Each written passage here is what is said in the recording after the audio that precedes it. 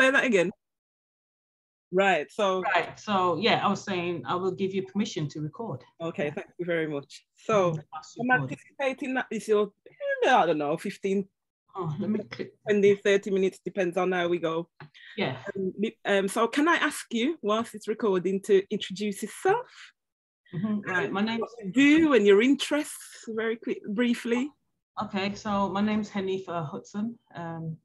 My interest is studying the diaspora, African history, Caribbean history. I consider myself an artist, even though I was a qualified nurse. I think I like to be known and remembered as an activist, because I'm an activist in my community. And basically, I just think for now, when saying now, not just for the interview, but in general, I like to be known as just Hanifa, the activist. I mean, I'm not an old school, you know, sister from back in it, just Hanifa. Yes, okay, Hanifa, the activist. That's I'm a reparationist, that's the word, reparationist. Reparationist, yeah, okay. Okay, so so this talk is about Mento-Music, and as you know, finalizing my project at university, but you don't know me from a long time, from back the day that. Can I just say, I hope you don't mind, because I've got a friend here sitting in the background, and he may walk out the door. Is that okay? Yeah, that's fine. All right. Yeah, no problem. No, because it's recording over just what I say. No, that's fine. Yeah, so you don't know my background long time, sir. I always been involved and worked in, you know, in the community, and my interest is in Mento music, folk music, Jamaican music, full stop. And it's my passion is to make sure that I do my little part in handing down this fantastic music and culture and everything down to the next generation, so that my kids and your kids and, you know, kids in general can have something to identify with, so they can know who they are and absolutely where they're going. So let me play some tracks for you. Okay. And then let's get glasses. I'm not used to wearing my glasses and looking at the screen. I'm so used to my phone, you see. Okay. Yeah. Normally I just use my phone for anything, so sorry, carry on. That's okay. So I'm going to share my screen with you, and I'm going to play 3 tracks. Okay. You can find my desktop. Okay, so that's my email, that's my whiteboard, that's my, sorry. You're good, because I don't even know how to manipulate. Okay, so that was my email. So let me get my email out the way and fire off with track number 1, which is Hilangoli Rider. Okay.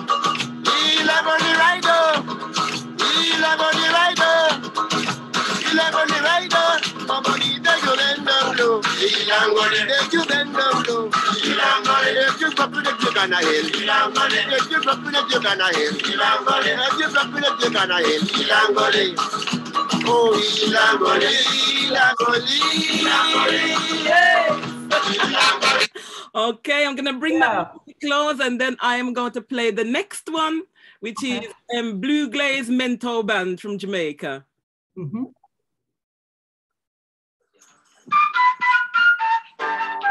Lord, I got goosebumps.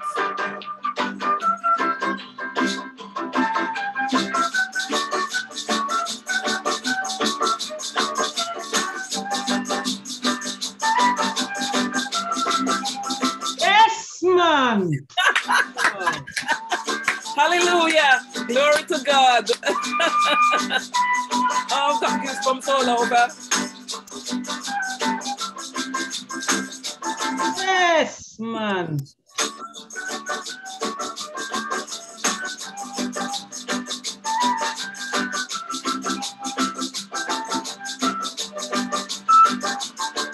Yes! Come on, man. I keep seeing you. I'm telling you.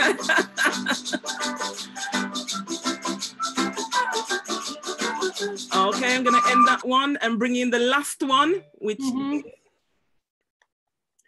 the Jolly Boys, Take Me Back to Jamaica. Ah.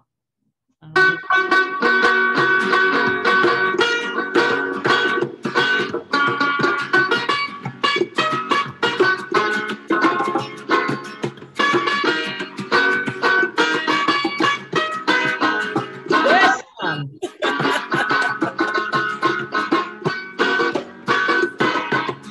Take me back to Jamaica, where I was born. Take me back to Jamaica, where I was born, man. Where the green bananas grow, and the Rio Grande flow. Take me back to man. where I was born. Take me back to the island in the sun. Oh, yeah. Take me back to the sunny land of fun. Where we all can sit and dine. Fun in the sunny, sunny land of mine. Take me back to Jamaica, where I were born. Okay, I'm gonna bring that one to a close. Talk to me, sis. Talk to me, cause me so excited. We don't know what to do with myself. Listen, let me tell you something, right, sis? You know, from the first one you played, yeah, the first thing that came to my mind is, yes, let's preserve this, and well done for preserving. That's the first thing that comes to my mind, because you just reminded me of who we are, where we're coming from. Yeah. You know? So for me now to hear that first one, Hilangoli, yeah, right? I remember my grandmother used to sing it, you know? Yes. And there was times when she would sing it, she would dance in a little circle, you know? Like dinky kind of, what you call it? Dinky mini? Dinky mini. What you call it? Dinky mini. Right. So I can just visualize my grandma doing it in the front room, in front of us, like there was nobody watching. Yeah. Come on, man. Yeah. Yeah. You know? Yeah. Yeah. And this is what that music does to us. That's right. Now, I'm going to share with you, I'm going to be honest with you. I like to play my little revival and, you know, some of the old rock steady sometimes, you know. And let's go back to the revival, because sometimes I feel the revival in Mento-Music. You understand, sister? Yeah, yeah. And there's times when my son says, Mom, why are you playing this? Because he doesn't understand. Yeah. You understand? Not saying he doesn't like it, but he's so used to hearing reggae music always playing, and you know, whereas when I was my son's age and my grandmother used to play it, right. We used to get up and dance with our, you know? Yes, yes, I remember it. You understand? Or if we didn't dance with her, we feel that energy and we just love watching our elders dancing to it. Yeah, it brought joy. It brought joy. Joy, yeah. It was unifying. Yeah, yeah. And I share with you that when I listened to that Hilangoli, yeah, it's also like a message sending to people. This is how we live in a Hilangoli. Yeah. This is how we get around. Yeah. You know, this is our transport system. Yeah. You know, Hilangoli. Yeah. And with that, you have to get the music with it to go ride it, to make it take you around the Hilangoli. Yes. You understand? Yeah. So the hardship in traveling and catching bus back home and waiting, you know, for the bus and the taxi to come, and you have to depend on the donkey. The Hilangoli really is a pride thing. Yeah, yeah, it is. It's like when you make it round the Hilangoli to go down market or go down a mass to the yard, and you know, the Hilangoli is now a joyful thing. Yeah. If you know what I mean. And if you remember the old saying, when donkey said the wall no level because him always a walk and a look down.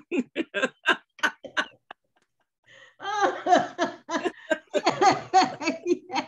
You always remind me of these sayings, you know, my grandma, some of them if you forget and you always mention it, I never realize it goes so, you know, because you don't hear all of it, you hear your grandma start it and she probably mumble the rest of it, and you know, yeah. So that's been the first track for me. Yeah. So what about the other one? Take Me Back to Jamaica. Well, which is what that's doing to us today. Yeah, well, Johnny, wasn't that one the sound of Toots? Yes. It's the rhythm of Toots, Sweet and Dandy. And Dandy. Right. Yeah. So when you told me the title, yeah. However, I heard the rhythm of Sweet and Dandy. Yeah. Yeah. And it just brought back home to me that so it wasn't Toots then. No. It wasn't Toots. No, it wasn't. It was was it Jolly? Was it the Jolly Brothers? Jolly Boys. Jolly Boys. Yeah. So for me now to hear that, I'm realizing how far back Mento actually goes. Yeah. And what it has done for people today in terms of reggae music, from Mento to ska, rocksteady, reggae music, to now the hip hop, the grime, the jungle, you know what I mean? It goes far. It goes far. Yeah, it transcends. It transcends. Yeah. Because I was looking back because I wanted to see if there was something that predated Mento-Music. And are you aware of the Taino people? Taino, yeah, the Taino Indians, yeah. But as you know, the Taino people were the first occupants, as far as records show, that they were the first occupants of Jamaica. And apparently, Mento-Music is so similar to Taino music. Well, they say that Taino is a mix of the Arawaks and the Caribs. Yeah. And they were very very intelligent people. They were photographers, they were artists, they were gemstone makers, they were miners, they were everything. And it was them that started and understood and came up with bush medicine and what bush can and everything can heal you. Yeah. So when I was reading back, it was saying, you know, if inside of your head, you wake up one morning and you want to be musician or a drummer or a singer without being taught in school, you are automatically inheriting through your ancestors the same skills and the talents passed down spiritually. So that was interesting for me because me never know about Taino people. Me only hear about it. So the Tainos, they stem from like say Jamaica through to Cuba, Puerto Rico, some in Brazil, and also as far as throughout the Caribbean, I should say, because I know a lot of the Puerto Ricans are Taino Indians. Yes, you know, they are indigenous people, and I learned this many years when my mother first went back to Jamaica in the early 80s. And she brought me back a history book of Jamaica, and I still got the book here. And I remember reading it, and it spoke about the Arawak and Taino Indians. So, you know, that's how I got to find out back in the 80s, you know. And then, so I got into the hip hop scene and started to mix with a lot of Latino people. The Latinos, or the Afro-Latinos, as they call themselves, always share with me that they are descendants of the Tainos, you know, as well as African, you know, people, you know. So that's how I get to know about the Tainos and the Latino. I mean, I'm always speaking to my friends, them, you know, in the US and them in Puerto Rico, and, you know, we saw so much more related than that, and that what we actually think. So we closer than what we think. So what's your view on because I had to make a when I was looking back into Mento-Music, because you know you got folk songs and you got Mento-Music, Yeah. And I discovered that there was a difference. What's your thoughts on? You know, I didn't know there was much of a difference, but now you just said it. I didn't know that. Because my idea was, you know, Mento was folk. I thought it was the same thing, you know, and the idea is that the songs will, it's a song of, because for me, how I understand it, it's a song of the colonial past.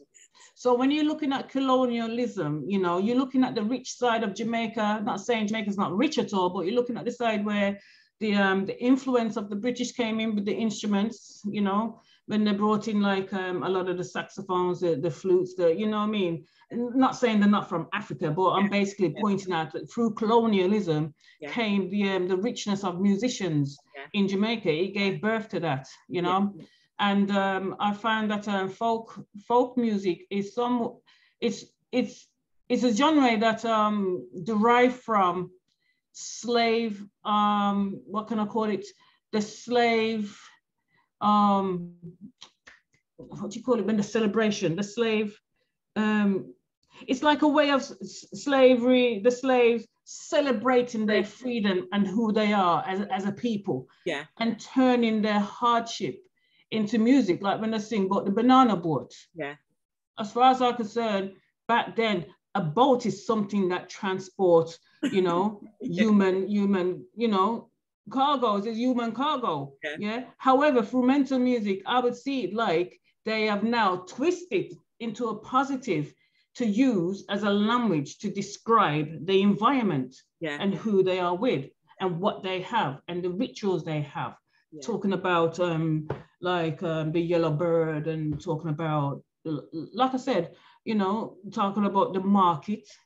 We could talk about things, landmarks in the culture, you know, talking about leaving a loved one to go overseas, you know. So it's a healing process as well, and it's a therapeutic. It's therapeutic. That's what.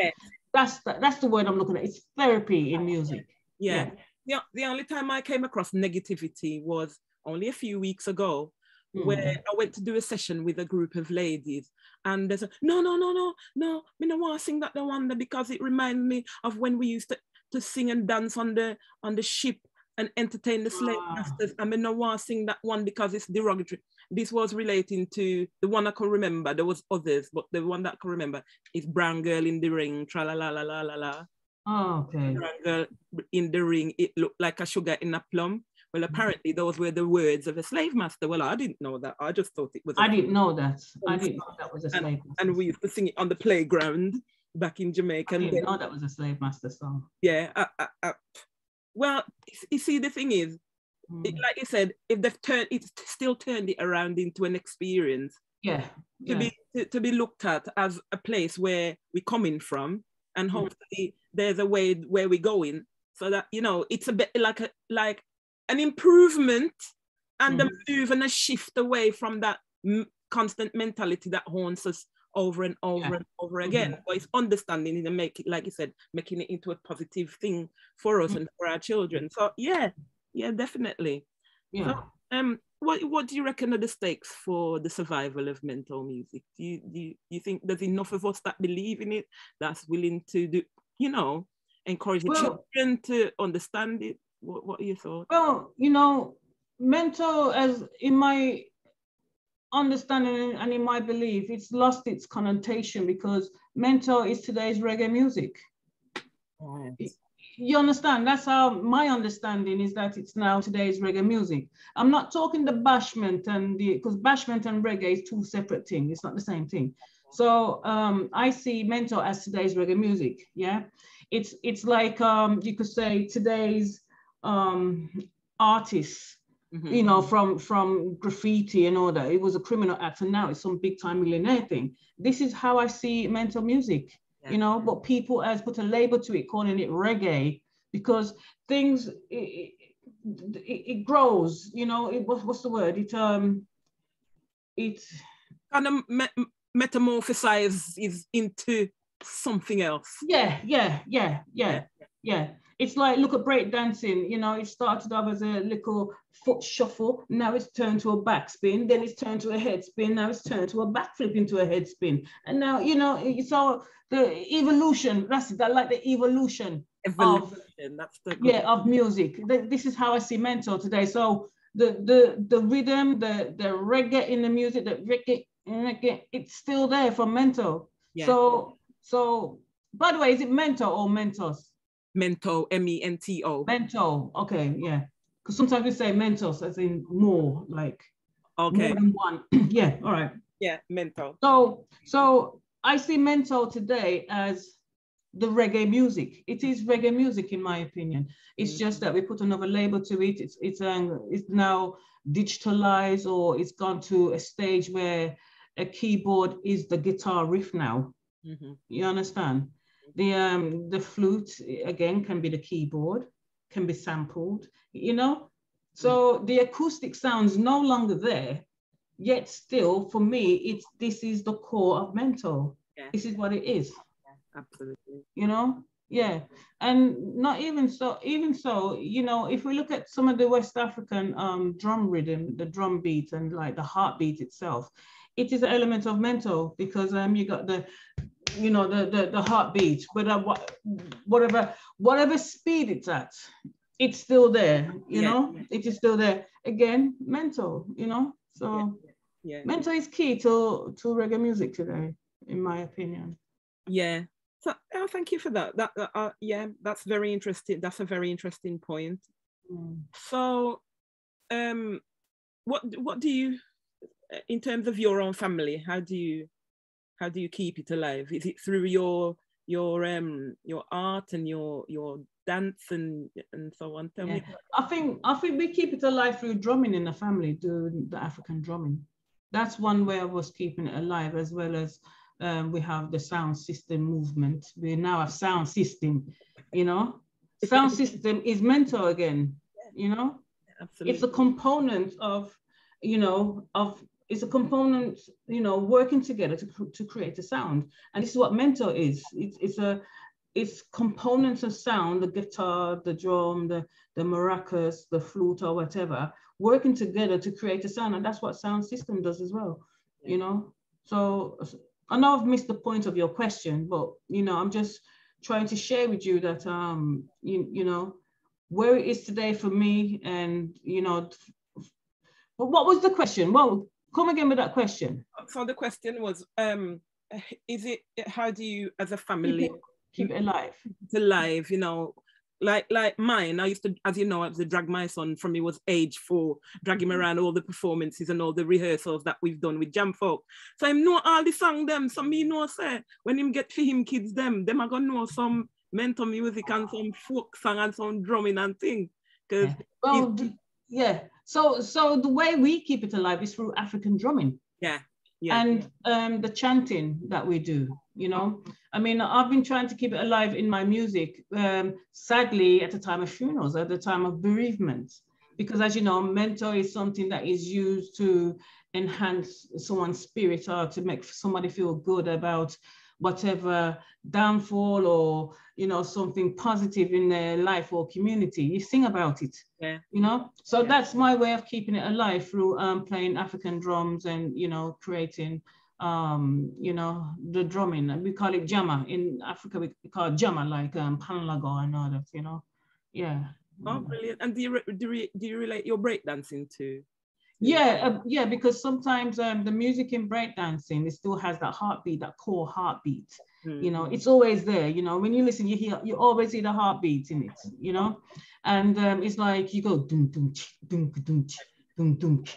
So the heartbeat is always there, just like how it's in Mento. You know, and it's the key thing in Black music today. You know, and to share with you, it's also maroon drumming. This is what the maroons drumming is.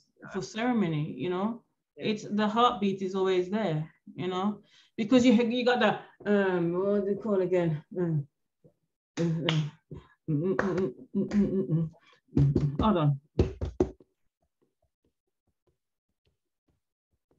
That's key. I got my drum here, you know. I mean, if you know my drum right next to me.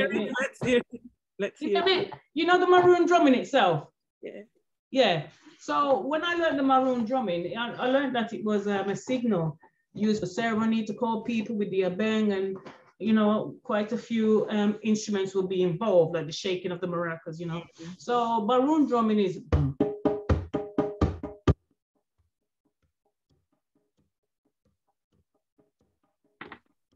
You see? And you know the call and the reply? Yeah. You know the reply. All right, so we go.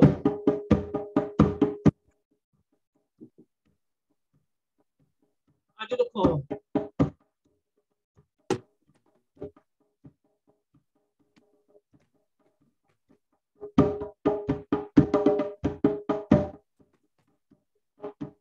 So that is maroon drumming. That's Mento again, you know? Yeah. And if you hear it, that it's still reggae music. The reggae music. Yeah. Yeah. That's reggae music beat. Yeah. Oh, pirates, yes, they're right by. So that's a relationship. Any reggae music, any. One love. One heart. Let's get together. It's always there. Always there. Yeah. And we need to educate. You know, I was talking to Sweet Honey in Iraq, member Aisha Khalil. And, Sweet Honey have a track called Priority. Women should be a priority. And in the lyrics, I don't know if you heard this track, there's a part in the music they go, low respect for women is a no-win situation. We have to rate it in the up-iration. So when I was speaking to her the other day, I said to her, we thought you were Jamaicans because of that verse you dropped. Yeah. You know, I said, because that is reggae music. That is reggae. That is the ska. That is, you know, I didn't say Mento at the time. Yeah. It wasn't in my mind of thoughts. So I said to her, that is reggae music. And we thought you guys were Jamaican. She said, what? Wow, we didn't know that. She said, that's that. I said, yeah, because it's like reggae. I said, what it is, it's the maroon drum pattern. You know, when I explained that to her, she said, you know what, I'm going to tell my sister. She said, I can't believe what you told me. So it shows when you're keeping it alive, you don't realize you're doing that. Exactly. You have to really educate the people that it is always alive in reggae music. Yeah. You know, I hear it in Vibes Cartel, Movado, Peter Flash, Burning Spear, any reggae artist, dancehall. Mental is there. It is always there. Yeah. But it's a shame people not educated and know that it's, you know, that it is the birth of reggae music. Yeah. Mental, you know? I suppose because where some people's knowledge will stop is at the traditional, and they don't realize that the traditional influences you. Right. Which is the thing. So the learning stops at some stage, and maybe I suppose that's where it dies for some people. Yeah. You see, for me as well, I think it died when, you could say, when the first influx of Jamaicans come here to the UK. Yeah. It tried, yes, our ancestors tried to keep it real and give birth to it here to the UK, but then it turned to ska. Yes. If you know, you see the point I'm making? Yes. Yes. It turned to ska. Yeah. And then the Two Tones took it over. The Skinheads, they took it over, you know? And then reggae music started to hit the charts with Ken Booth and all this, you know? So the mentor that was there is now transitioned into a reggae form of music by the media now, that's now accepting it. Because you have to remember, they didn't play the music on the radio. Yeah. They refused to play it on the BBC, remember? Yeah, I remember. Hence why we got pirate stations. Yeah. So the transition and keeping it alive, it's always been there, sis. Always. Brilliant. You know? And last question I want to pose to you. Why do you think Mento-Music was always occupied by men? Because I looked in my archives and I searched everywhere and I couldn't find an all-female Mento band, and I was wondering, how do you think that was? Why was that? Why it's always been men? Do you think there was a specific reason for it? Well, I haven't done no research on it, but my understanding is because the women were always home. working on the farm or working in the fields, and the men had to go out. So they had time to sit amongst each other and talk to each other, study with each other, you know, rhyme poetry with each other, and to the point that they can be more creative in the terms of music and creating a band. Yeah. Whereas the women, they were mainly at home. I'm not, like I said, I haven't done the research, but my understanding would be that would be the reason. And the only time the women and the men got together was like church. Yeah. You know, and at the time at church, you know, again, it was the men playing the instruments, and there's the men that would, you know what I mean? So I think that's the reason why, in my opinion, that's what I think it could be. Yeah. I'm inclined to agree with that as well. Yeah. Hear what your thoughts were on. Yeah, you know, because, you know, even still today, it's not women playing a lot of the instruments in bands, it's men again, you know? Yeah. So, you know, I would put it down to, without sounding too sexist, I think it's because women are inclined to be home more than men. Yeah. I mean, in this society now, they're trying to make women equal to men. I think that's impossible, but that's my opinion. Yeah. You know, I think that could be the reason why. Yeah. And men at the time, they had more skill with their hands in creating carpentry, making things, you know. Yeah, not that the women didn't, but I'm saying men were more creative in making things because they were builders, they were landowners, they had to be creative with their hands, building the houses, building tiling, building showers, so they could build instruments. Yeah. That's I mean, that's my thought. That's my thoughts. Yeah, you know? I appreciate that, and it's valued. Yeah. So last one. I was looking at a comment made by a guy. He's an Irishman. But he has an interest in Jamaican folk music, and he says that, and I quote, "Mento is a tradition that encapsulates music, dance, storytelling, cuisine, fashion, poetry, framed in folklore, and deeply ingrained in the dislocation of Jamaica's colonial history." Do you agree or do you not agree? Some of it is correct, you know, when you mention the colonial history, because if it wasn't through colonialism and slavery, you know, there would be no Mento. You understand? Yeah. But again, you know, because that's a long quote he wrote there. Yeah. Read that quote for me again, the first few lines. Just read out the quote for me again, please. Okay. Mento is a tradition that encapsulates music, dance, storytelling, cuisine, fashion, poetry, framed in folklore, and deeply ingrained in the dislocation of Jamaica's colonial history. To be honest, I would say yes, but I'm going to put it in my context here, you know, because Mento is something that gave you relief, you know, from oppression, you know. He's seen it from a musical, as a musician side, you know. For me, it's more release from oppression, the stresses, because Mento started before colonialism. You know, we were hand clapping, that's Mento, the hand clapping, that's Mento, you know. So it's deeper than that. It's more something of therapy to help us free ourselves from the mental oppression, the suffering, you know. That's why I said that we would use certain things like the market to talk about. Yeah. You know, we talk about going down a hill and coming up the gully and going, you know, Ilangoni rider, you know, what's it like to ride up and, you know, so it's more of talking about an oppressed situation, or a situation where you were stressed because maybe the hill and gully was something hard to go through. Yes. Probably one of the hills was very steep. Yes. Yet still, you had to go up the hill to get to church. Yeah.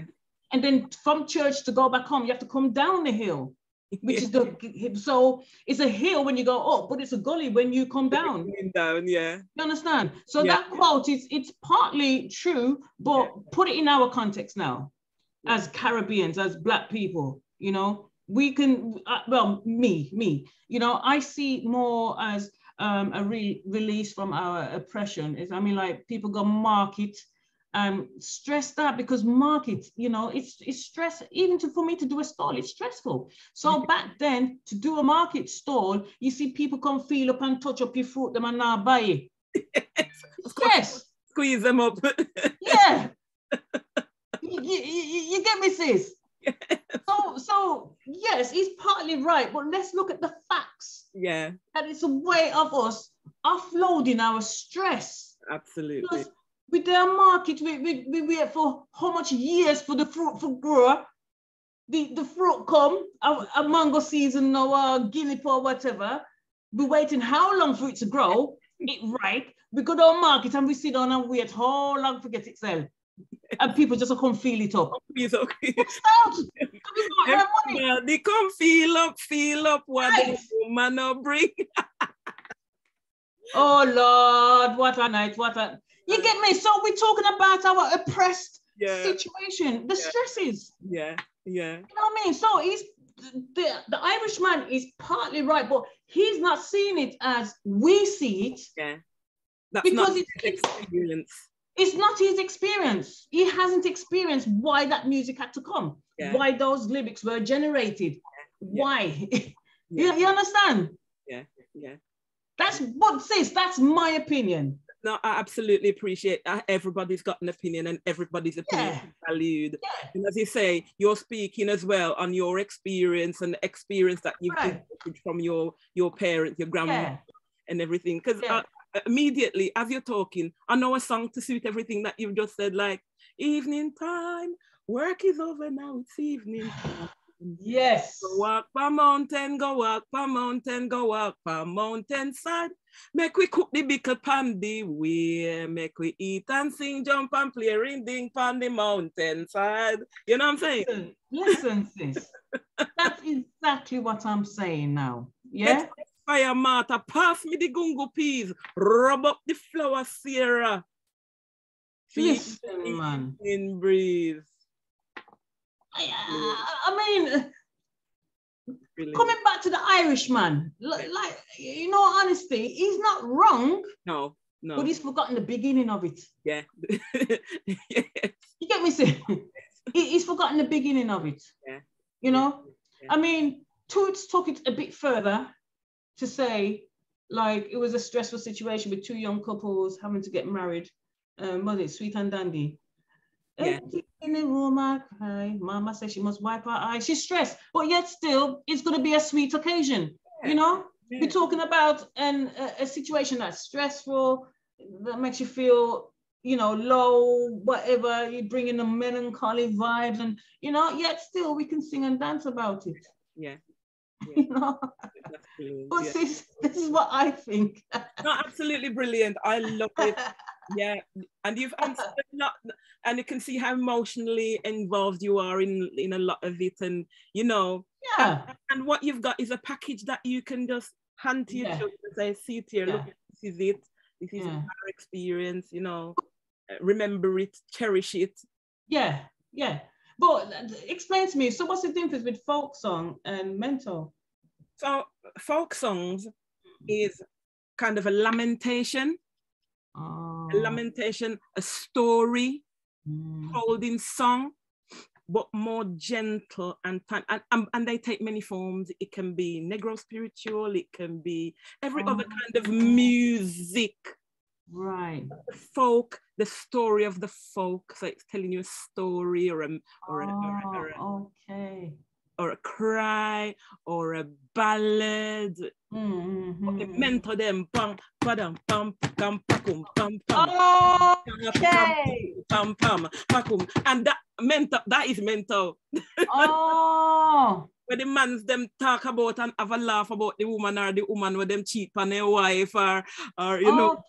Them, if you listen to Mento-Music, it's all they're laughing because that girl did cheat on your wife or that girl did cheat. I see. Yeah, because it makes more sense now. Some of it is kind of not derogatory to women, but about women. So you know, it's about women. You know, they're little. Yeah, it's like a done wrong girl. Let me see you. Come let me feel and done. Is that Mento then? Yeah. So give me an example of a folk song. So Is it the evening time? That evening time. Come we go down a solas, we go buy banana. Because remember, so the woman them as well, it's them the gar market in it. Yeah. Come we go down a solas, we go buy banana. Come we go down. Come. I mean, you can't turn anything in a Mento-Music because from your apply the beat is Mento. Yeah. But, traditionally, folk is the story of the folk. Okay. All right. And there's a distinction because remember them dress up in them nice calico and gingham and them broad straw. Okay. Yeah. And okay. Thing and thing with the Mento, and you know what the difference between Mento and. Yeah, I see now. Yeah, man. Respect to that, man. Yeah. You know, when you told me about this interview, the first person to come into my mind was my Mama Louise Bennett. Yeah. Because she is just the, gosh, she is just the I don't even know the word, man. She is the pioneering, iconic, legendary. Yeah. If she was alive today, I'm sure Jamaica would have had a language by now. Yeah. If she was here, I think Mento-Music would be possibly in the media more. The media. Yeah. The costumes, the dress code, you know, Louise Bennett set that standard and set a mark to say, like, this is our tradition and culture. Yeah. This is ours. You know? I'm proud of it. I'm proud of it. Yeah, I'm proud of it. Her mission was, there was a shame that was being associated with being Black and our music and our folk and our culture. And she said, no, there's nothing to be ashamed about, right? If you're Black, if your inheritance is African, your heritage is African, we'll stop. Embrace it, love it, like it. Love it, massage it, pass it down. Yeah, man. Yeah. That's brilliant.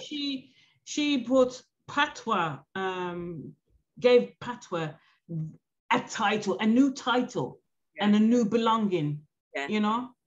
And today, even when I speak to my friend who's French, because Patois is a French word, it means broken language, as you know. Yeah. So even when I talk to my friend, she would say to me, so Hanifa, what's Patois then? And because she wants to know what is Jamaica Patois, because she's French speaking, she's Algerian, she's African, she's Algerian, and they speak French. Yeah. But yet still she had to ask me, what's Patois? You understand? So Jamaica has taken, you know, a new form of Patois on another level that even the French speaking people have to ask us, what is Patois? What is it? Yeah. You know? Yeah. She was telling me how she knows because she's married to a Jamaican guy. She's telling me that she learned a new Patois word, me no. I said, what? She said, me no. I said, well, that's not exactly Patois, but it's Creole, like, you know? So it shows that the Patois language, if Mama Louise Bennett was rest in peace, if she was alive today, I believe Jamaica would have a new language, definitely. Well, she apparently she was the first person to make an application to the Jamaican government. And then they resolved to say, we can't, because of the variety of pronunciations and spelling, we can't give it a name, but what we can say it is called Jamaican language. Yeah. And that's where it was left. And she was instrumental in submitting that first application. Yeah, I remember this time. Was it late 80s? 80s, yeah. I remember because I used to love Louise Bennett. Yeah, man.